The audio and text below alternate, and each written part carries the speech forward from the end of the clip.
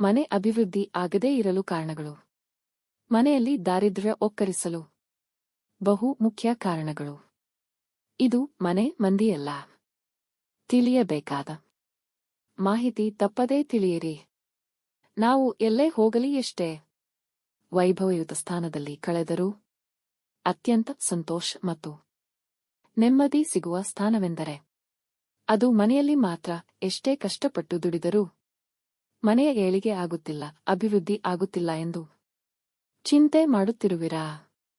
ಈ ವಿಷಯಗಳನ್ನು ತಿಳಿದುಕೊಳ್ಳಿ ಮತ್ತು ಈ ತಪ್ಪುಗಳನ್ನು ಯಾವತ್ತಿಗೂ ಮಾಡಲೇಬೇಡಿ. ಎಚ್ಚರ ಸ್ನೇಹಿತರೆ, ಅದಕ್ಕೂ ಮೊದಲು ನೀವು ನಿಮ್ಮ ಮನೆಯ ಏಳಿಗೆಯನ್ನು ಬಯಸುವುದಾದರೆ, ನೆಮ್ಮದಿಯ ಜೀವನ ಬಯಸುವುದಾದರೆ, ಶ್ರೀ ಲಕ್ಷ್ಮೀನಾರಾಯಣರ ಆಶೀರ್ವಾದವು ನಿಮ್ಮ ಮೇಲೆ ಸದಾ ಇರಬೇಕೆಂದು ನೀವು ಬಯಸಿದರೆ ಈ ವಿಡಿಯೋವನ್ನು ಲೈಕ್ ಮಾಡಿ ಮತ್ತು ನಮ್ಮ ಚಾನೆಲ್ನನ್ನು ಸಬ್ಸ್ಕ್ರೈಬ್ ಮಾಡಿ.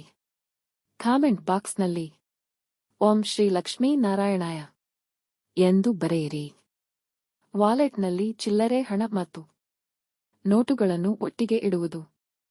ದೇವಸ್ಥಾನದಲ್ಲಿ ದಾನ ಮಾಡದೆ ಊಟ ಮಾಡಿ ಬರುವುದು. ನಾಗರ ಪೂಜೆ ಮಾಡುವ ಪದ್ಧತಿ ಅನುಸರಿಸದಿದ್ದರೆ ಹರಕೆ ಮಾಡಿ ನೆನಪಿದ್ದರೂ ತೀರಿಸದೆ ಮುಂದಕ್ಕಾಕುವುದು.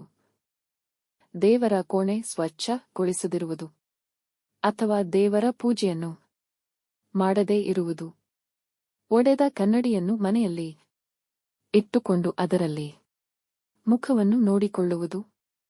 ಸೂರ್ಯೋದಯವಾದರೂ ಬಹಳ ಹೊತ್ತಿನವರೆಗೆ ಮಲಗಿರುವುದು ಮತ್ತು ತಡವಾಗಿ ಎದ್ದೇಳುವುದು. ಸದಾ ಶೌಚಾಲಯದ ಬಾಗಿಲನ್ನು ತೆರೆದಿಡುವುದು ಮತ್ತು ಬಚ್ಚಲು ಮನೆ ಶೌಚಾಲಯವನ್ನು ಸ್ವಚ್ಛವಾಗಿ ಇಟ್ಟುಕೊಳ್ಳದೆ ಗಬ್ಬು ವಾಸನೆ ಬರುವಂತೆ ಇಟ್ಟುಕೊಳ್ಳುವುದು. ಕೈ ಕಾಲುಗಳನ್ನು ಅಲುಗಾಡಿಸುತ್ತಾ ಕುಳಿತುಕೊಳ್ಳುವುದು. ಮನೆಗೆ ಅತಿಥಿಗಳು ಬರುತ್ತಿದ್ದಾರೆ ಎಂದು ತಿಳಿದು ಬೇಜಾರು ಮಾಡಿಕೊಳ್ಳುವುದು. ಅತಿಥಿಗಳಿಗೆ ಮರ್ಯಾದೆ ಕೊಡದಿರುವುದು ಮತ್ತು ಅವರೊಂದಿಗೆ ಒರಟಾಗಿ ಮಾತನಾಡುವುದು. ಅಡುಗೆ ಮನೆಯನ್ನು ಗಲೀಜಾಗಿ ಇಟ್ಟುಕೊಳ್ಳುವುದು. ಆಹಾರವನ್ನು ಪ್ರತಿನಿತ್ಯ ವೇಸ್ಟ್ ಮಾಡುವುದು. ಮನೆಯಲ್ಲಿ ನಳಗಳು ಸೋರುತ್ತಿದ್ದರೆ ಸರಿ ಮಾಡಿಸದೆ ಹಾಗೇ ಬಿಡುವುದು.